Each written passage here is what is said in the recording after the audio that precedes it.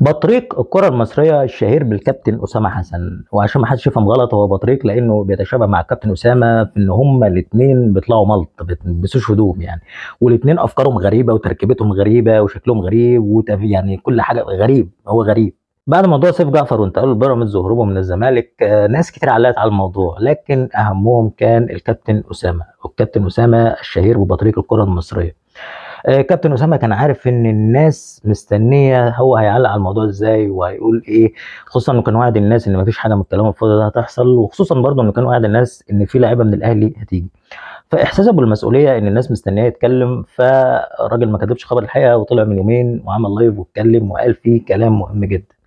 كابتن اسامه كان شايف ان المشكله مش فيه، المشكله مش فيه، هو قال كل حاجه توقعها وكل حاجه وعد بيها حصلت وبتحصل. طيب ازاي حصلت وبتحصل؟ طب ما سيف انت قال لك المشكله مش فيا، المشكله في الخاين، وقعد يتك على الخاين كده. طيب خاين ليه؟ هو بس مش عشان خان الزمالك، الراجل له وجهه نظر تانية. ما خانش بس الزمالك، هو خان الزمالك واتفق معاهم ومشي وهرب وخلع، تمام، ما فيش في ده مشكله عند كابتن اسامه.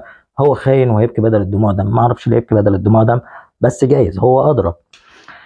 كابتن اسامه شايف انه خاين علشان هو كان صديق عمره واسرارهم مع بعض، يعني كانت اسرار سيف معاه، فهو كان طالع بقى ايه عشان يقول الاسرار دي.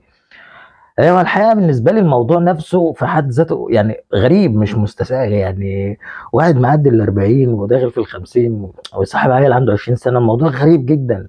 يعني يمكن الحاجه الوحيده اللي شفتها كده كانت سيف جعفر العمده لما كان مصاحب المعلم جعفر، واعتقد ده موضوع مختلف تماما يعني، ولكن ما فيش مشكله يعني، هو الموضوع في حد ذاته غريب لكن ماشي ممكن يحصل. كابتن اسامه زعلان علشان خبى عليه سيف ان هو رايح بيراميدز، وقال كده يا سيف، انا سالته يا سيف انت رايح مضيت لاي نادي؟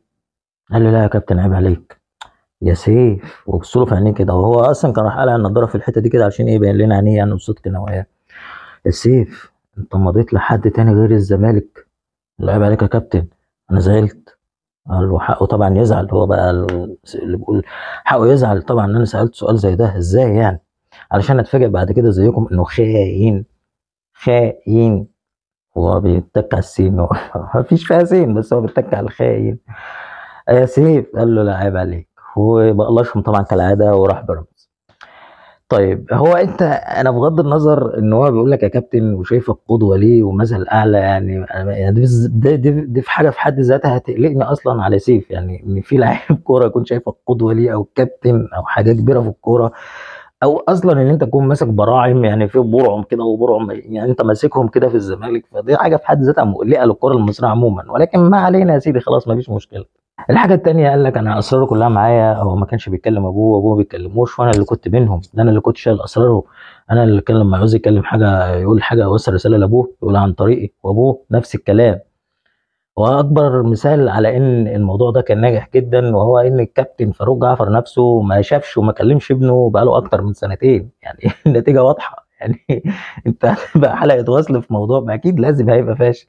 يا سيف انت مضيت لحد تاني؟ لا يا كابتن عيب عليك. بص يا كابتن اسامه، علشان انا شايفك زعلان ومتاثر وان انت خلاص ما عادش هتثق في حد وما عادش هتقول حاجه لحد وما عادش هتساعد حد، ما اعرفش ايه نوع المساعده اللي انت ممكن تساعدها لحد اصلا، يعني انت ملط كرويا وفنيا واي حاجه، يعني ما اعرفش بصراحه، يعني الشخص اللي هيثق فيك ان انت تساعده ده في حد ذاته يعني يلبس بقى خلاص، هو ادرى في مستقبله وفي حياته، ما علينا. لكن علشان يا سيدي انا دي نصيحه مني انا، علشان ما تتاثرش وما تثقش في حد. بص احيانا في ناس في حياتنا او احنا ناس، احنا نفسنا بقى في ناس في حياتنا انت ما بتبقاش عايز تديلهم مساحه معينه في حياتك، بس هم بيبقوا فارضين نفسهم عليك، فانت ما بتبقاش عايز يعني ايه ترفض الموضوع ده، أو مش عايز تبقى شخص رخم او ترفض الناس كده، فبتبقى تقول للناس ايه لا يقول لك انت بتحبني زي ما بحبك صح؟ اه طبعا بحبك، لكن مش هقول له لا انت بتثق فيها زي ما طبعا.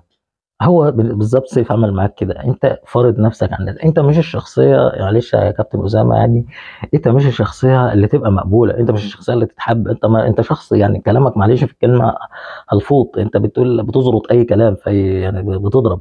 والحاجه الاغرب بقى بالنسبه لي في موضوع سيف جعفر والكابتن اسامه بطريق الكره المصريه، الحاجه الاغرب بالنسبه لي هي ان الاهلي يعني مضى حسين الشحات علشان خاطر يقول ايه، بصوا العصفوره، شوف سيف جعفر في الزمالك ساب الزمالك وراح بيراميدز يعني.